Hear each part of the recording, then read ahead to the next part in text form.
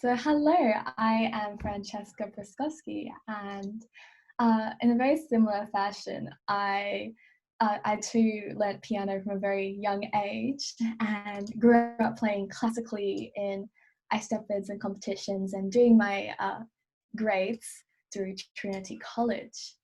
I also was in many choirs and sang classically as well. And my compositional journey didn't start until, yeah, likewise, in year 10. And I actually started composing EDM music and other electronic music. And I didn't start composing in this classical sense until I started improvising on jazz melodies and jazz standards. And that was quite well received. So I was like, great, awesome. Let's dive into this wonderful world of classical compositions. And so I did that for a while during my high school years, and then I was offered a position to study at QUT University in their music department.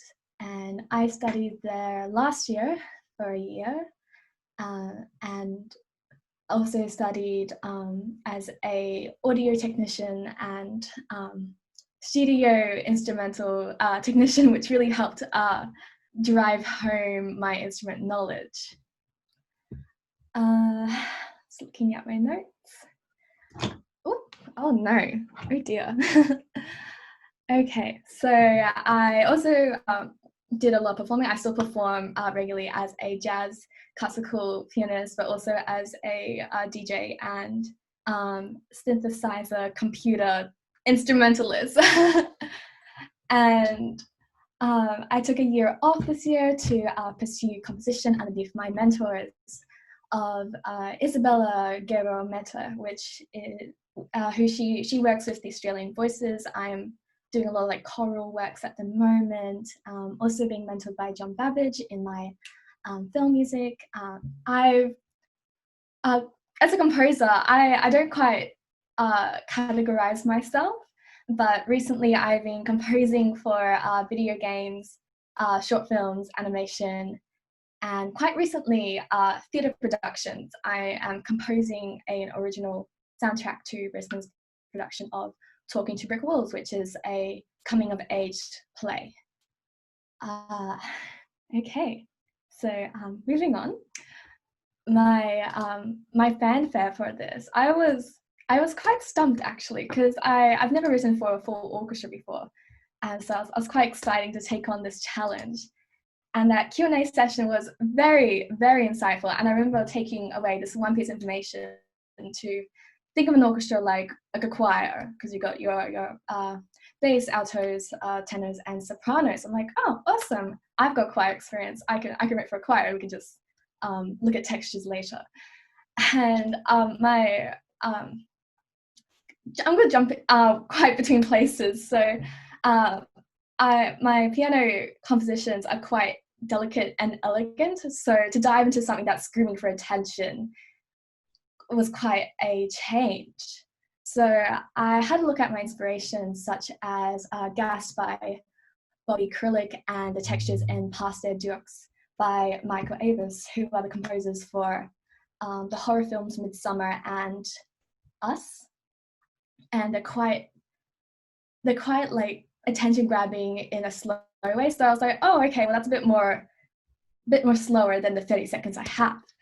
I also quite love the psychology behind music and like why different combinations of frequencies, chords, and textures manipulate us to feel certain emotions. So I spent a vast majority of my time researching the human psyche with music, which is a very, very deep rabbit hole to get into. And so I had a look at the context behind this Fanfare, and that we had to write for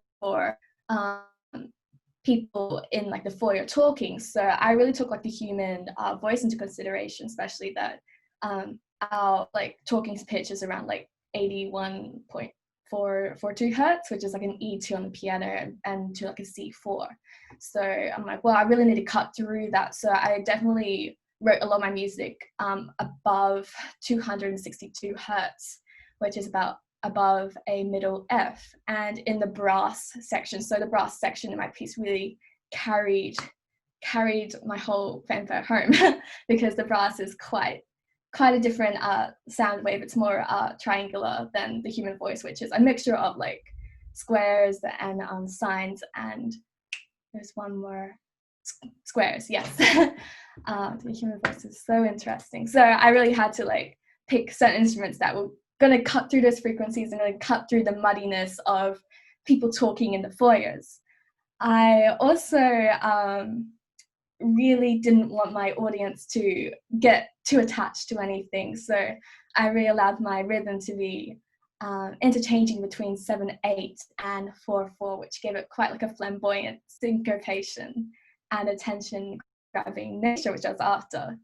And also I never repeated anything more than twice because they'll get used to it and it won't be as attention grabbing. So that was a lot of my thought process behind my piece, and let's see if I can share my screen and have you all have a listen to it.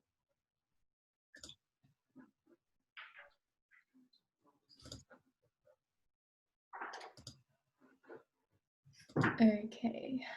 You know you have source in your phone. Pardon? Yeah, it's like, oh. Okay, can we all see the screen?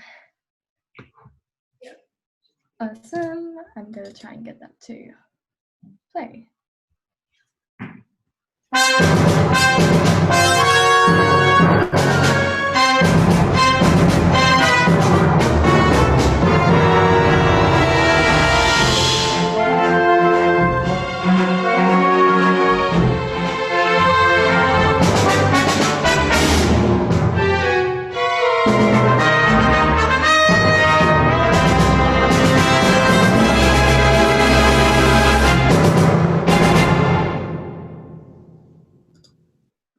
Alrighty, did we all hear that?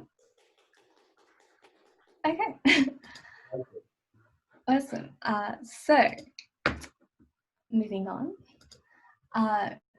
I unlike the quite dramatic and theatrical nature of my fanfare, I'm very much inspired by elegant and delicate pieces, and so that one of my inspirations is Piero Piccioni, who's a Italian composer, and he wrote the music for this beautiful 1969 movie called Amore mio Atami. Excuse my horrible pronunciation, and I think it's just so beautiful because he was very confident in his melody, and he didn't really well, it comes across that he didn't really care about putting all these like flourishes and saving the piece with instrumentation. He just had a beautiful melody and beautiful harmony, and I love how like beautiful and slow it is, and he just kept it bare minimum. It just sounds like, when you have a listen to it, it will sound like a chorus of people who are like singing about love. The movie is about a married couple where the wife slowly falls in love with a baritone singer at the weekly concert she attends. And I'll just have a play for that. Let's see if we can get this to work again. Okay. Alrighty.